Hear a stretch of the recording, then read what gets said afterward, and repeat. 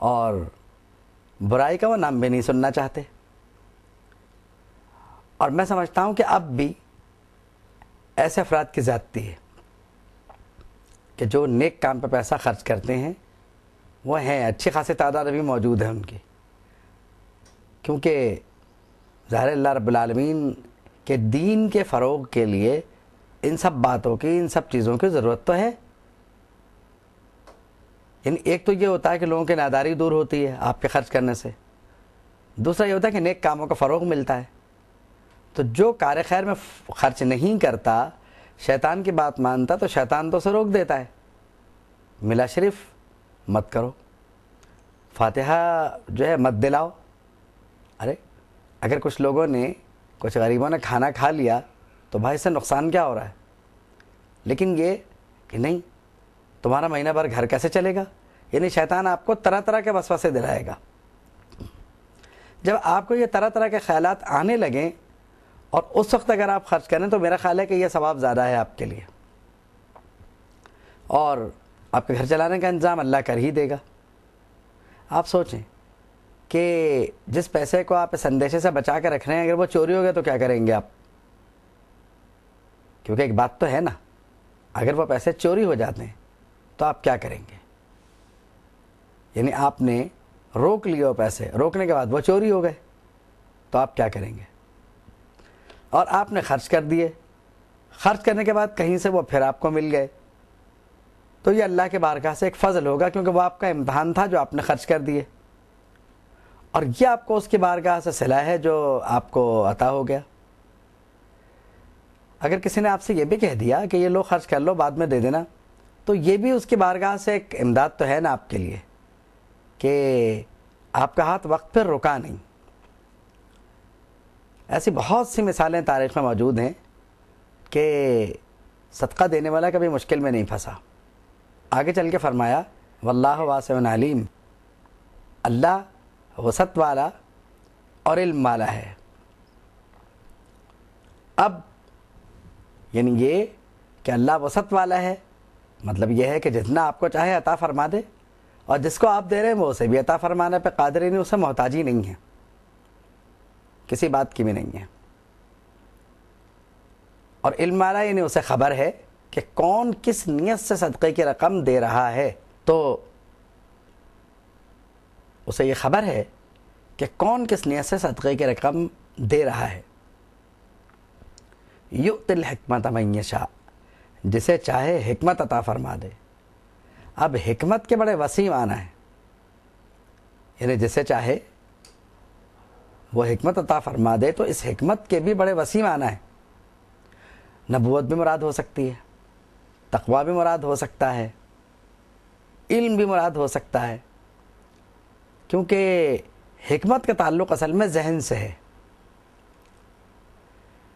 نبوت وہ تو نبی کریم صلی اللہ تعالیٰ علیہ وسلم کے بعد کسی کو ملنے کا سوال ہی پیدا نہیں ہو سکتا، یہ تو بات ہی ختم، دروازہ بند.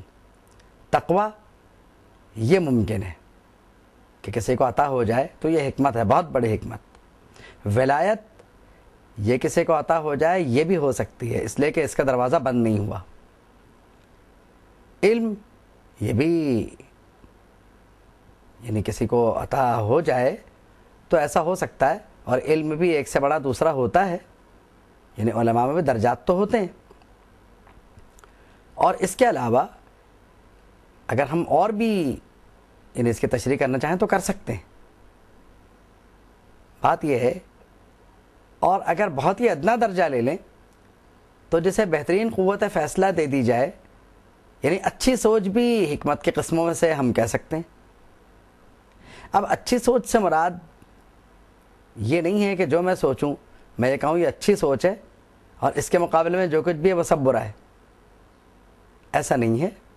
اچھی سوچ، مومن کی اچھی سوچ، اس کی تو کیا بات ہے. تو مومن یعنی حالت ایمان کے ساتھ اچھی سوچ کا مالک ہو، یہ بہت بڑی بات ہے. اور یؤتی الحکمت من یشاء، غالباً اگر اس سے ایک ایسی چیز مراد لے لی جائے کہ حکمت سے مراد ایسی اشیاء بھی لی جا سکتی ہیں جس سے خلق خدا کو فائدہ پہنچے، تو یہ بھی حکمت ہے۔ یعنی یہاں پر حکمت سے مراد اگر ایک مہارت لے لی جائے، اگرچہ یہ حکمت کا صحیح مفہوم ادا تو نہیں کر پائے گی بات، لیکن پھر بھی اگر کسی شخص میں کسی بھی اعتبار سے خلق خدا کو فائدہ پہنچانے کی صلاحیت موجود ہو تو بہرحال وہ حکیم ہو سکتا ہے۔ لیکن عام طور پر حکیم اسی شخص کو کہا جاتا ہے جو عالم ہو اور مخلوق کے رہنمائی کی صلاحیت رکھتا ہو، اسے عام طور پر حکیم کہا جاتا ہے۔ اپنی فکر سے امت محمدی علیہ صاحب الصلاۃ والتسلیم کی جو لوگ خدمت کر سکتے ہوں، ان میں سے کچھ لوگوں کو یعنی حکیم کہا جاتا ہے جو واقعی اس فن میں بڑی مہارت رکھتے ہوں۔ تو حکمت جو ہے، سب سے بڑی بات یہ ہے کہ نبی کریم صلی اللہ تعالیٰ علیہ وسلم کا خاصہ یہ ہے کہ حضور حکمت کی تعلیم فرماتے ہیں۔ اچھا، حکمت سے مراد قرآن و حدیث کا علم بھی ہے۔ قرآن میں آتا ہے وَيُعَلِّمُهُمُ الْكِتَابَ وَالْحِكْمَةَ، اور یہ نبی تم کو کتاب اور حکمت کی تعلیم عطا فرماتے ہیں۔ تو نبی کریم صلی اللہ تعالی علیہ وسلم اپنی امت کو حکمت کی تعلیم عطا فرماتے ہیں، یعنی استاد جو ہیں اس میں وہ نبی کریم صلی اللہ تعالی علیہ وسلم ہیں۔ فرمایا وَمَنْ يُؤْتَ الْحِكْمَةَ فَقَدْ أُوتِيَ خَيْرًا كَثِيرًا، جس کو حکمت عطا فرما دی گئی تو اسے تو بہت بڑی چیز دے دی گئی، اسے خیر کثیر دے دیا گیا۔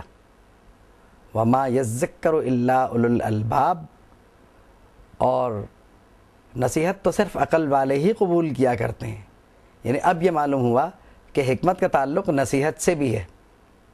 یعنی حکیم وہ ہوتا ہے جو کسی کو نصیحت کرے اور قبول کرنے والا اس کی نصیحت کو قبول کرے، تو حکیم سے فائدہ اٹھانے والے کا بھی عقل مند ہونا ضروری ہے۔ یہ قرآن مجید کی آیت کریمہ سے معلوم ہوا۔ وآخر دعوانا ان الحمد للہ رب العالمین۔